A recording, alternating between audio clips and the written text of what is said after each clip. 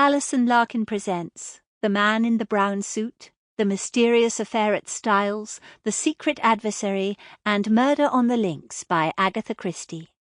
Read by Alison Larkin and James Warwick.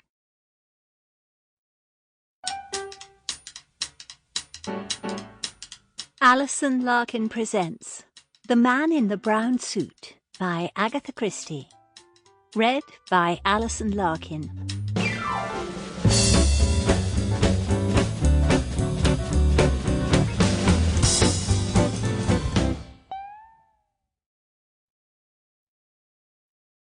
The Man in the Brown Suit.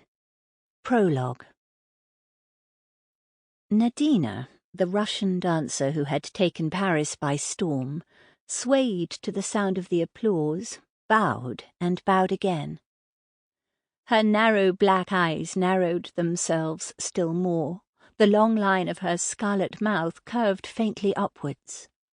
Enthusiastic Frenchmen continued to beat the ground appreciatively as the curtain fell with a swish, hiding the reds and blues and magentas of the bizarre décor. In a swirl of blue and orange draperies, the dancer left the stage. A bearded gentleman received her enthusiastically in his arms. It was the manager. "Magnificent, petite, magnificent!" he cried. "Tonight you have surpassed yourself." He kissed her gallantly on both cheeks in a somewhat matter-of-fact manner. Madame Nadina accepted the tribute with the ease of long habit and passed on to her dressing-room, where bouquets were heaped carelessly everywhere. Marvellous garments of futuristic design hung on pegs, and the air was hot and sweet with the scent of the massed blossoms and with more sophisticated perfumes and essences. Jeanne, the dresser, ministered to her mistress, talking incessantly and pouring out a stream of fulsome compliment. A knock at the door interrupted the flow. Jeanne went to answer it and returned with a card in her hand. "Madame will receive?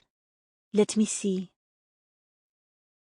The dancer stretched out a languid hand, but at the sight of the name on the card, Count Sergius Pavlovich, a sudden flicker of interest came into her eyes.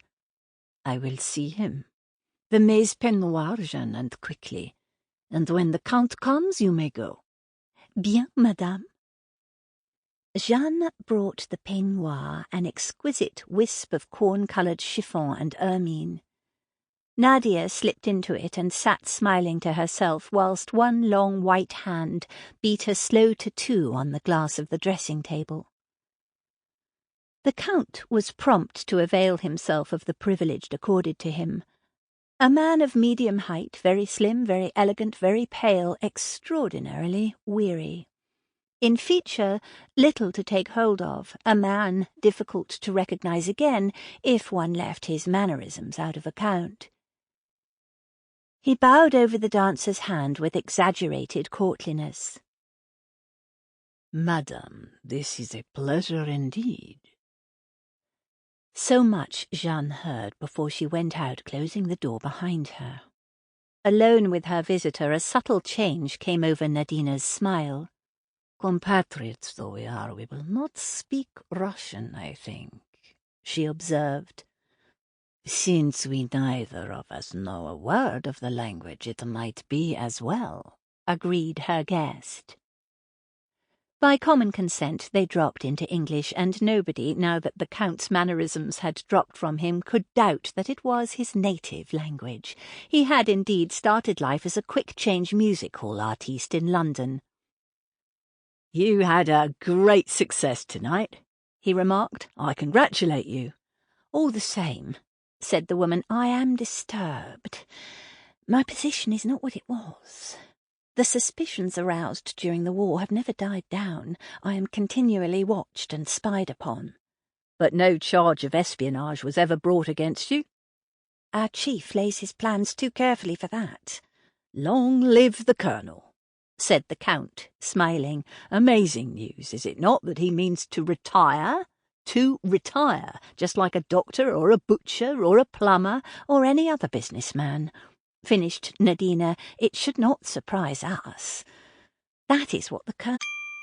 Sample complete. Ready to continue?